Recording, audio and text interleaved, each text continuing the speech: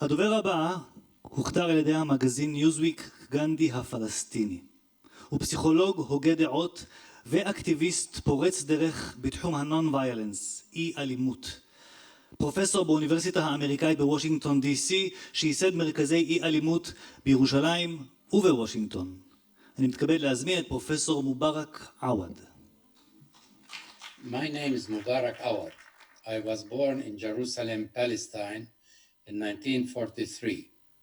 When I was 5 years old, my father الياس was shot in front of our house outside the Damascus Gate in Jerusalem. The death of my father in 1948 was life-changing for me and my 6 brothers and sisters. My 2 brothers, ages 9 and 10, buried my father in the courtyard because he could not be taken to the church for a funeral. Then guns were pointed at us, and we were told to leave our house or all of us would be shot.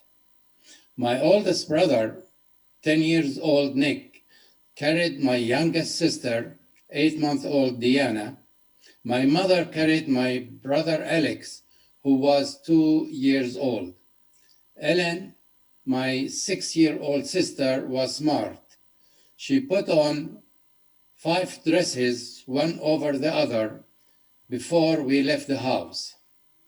My grandmother, Naifa, who was living with us, was heartbroken over the death of her son. My mother found a place for us to stay in a school basement in the old city for a few days, and then we were rescued.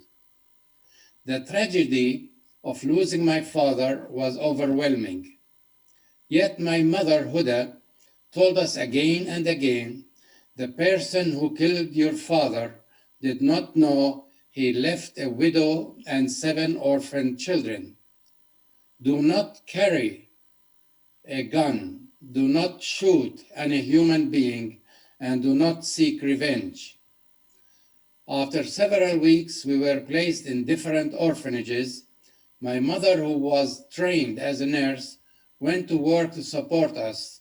She visited us often and always said, I have a job to do, and you have a job to study. My story is the Palestinian story of long suffering, hard work, and forgiveness.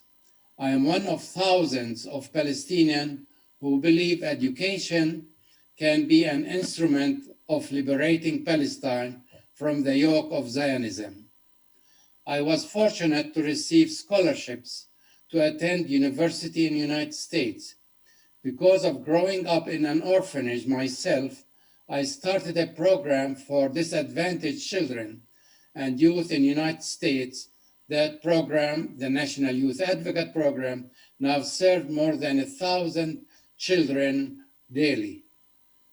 In 1982, I returned to Palestine and opened the Palestinian Counseling Center to support Palestinian children under occupation. Later, I opened the Palestinian Center for the Study of Nonviolence in Jerusalem. We organized nonviolent actions, such as planting olive trees, organizing refugees, and promoting self-reliance.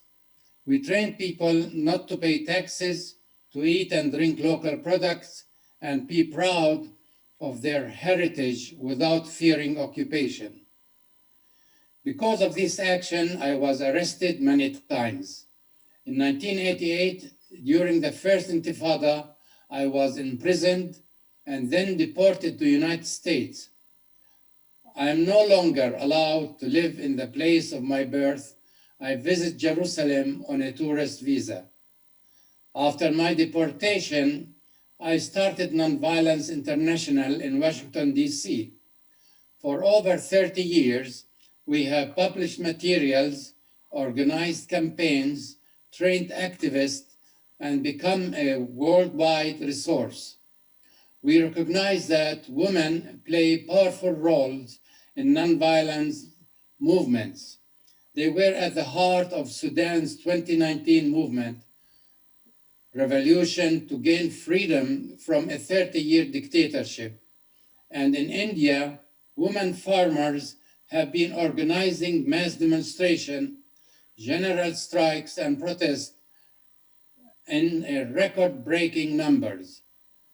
Elsewhere in Canada, the Canadians blocked a caravan of trucks hauling armored vehicles and weapons headed for Saudi Arabia. In Haiti, judges went on a strike and brought the court system to a grinding halt. These nonviolent campaigns are just a fraction of the story that remind us that ordinary people everywhere are striving for justice, peace, and fairness.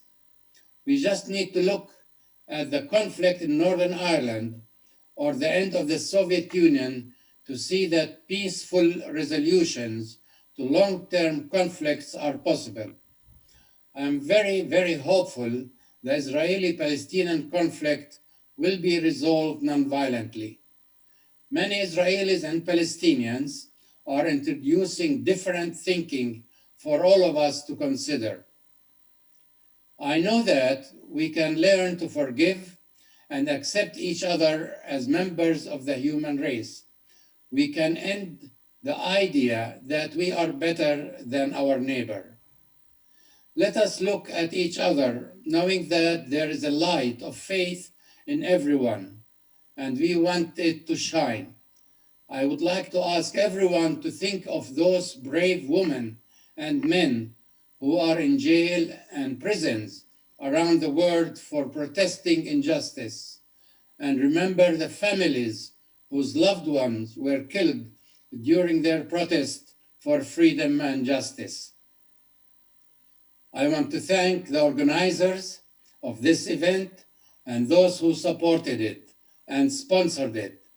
Thank to all of you of committing to be part of this, for choosing not to be quiet, but to support nonviolent action. Thank you.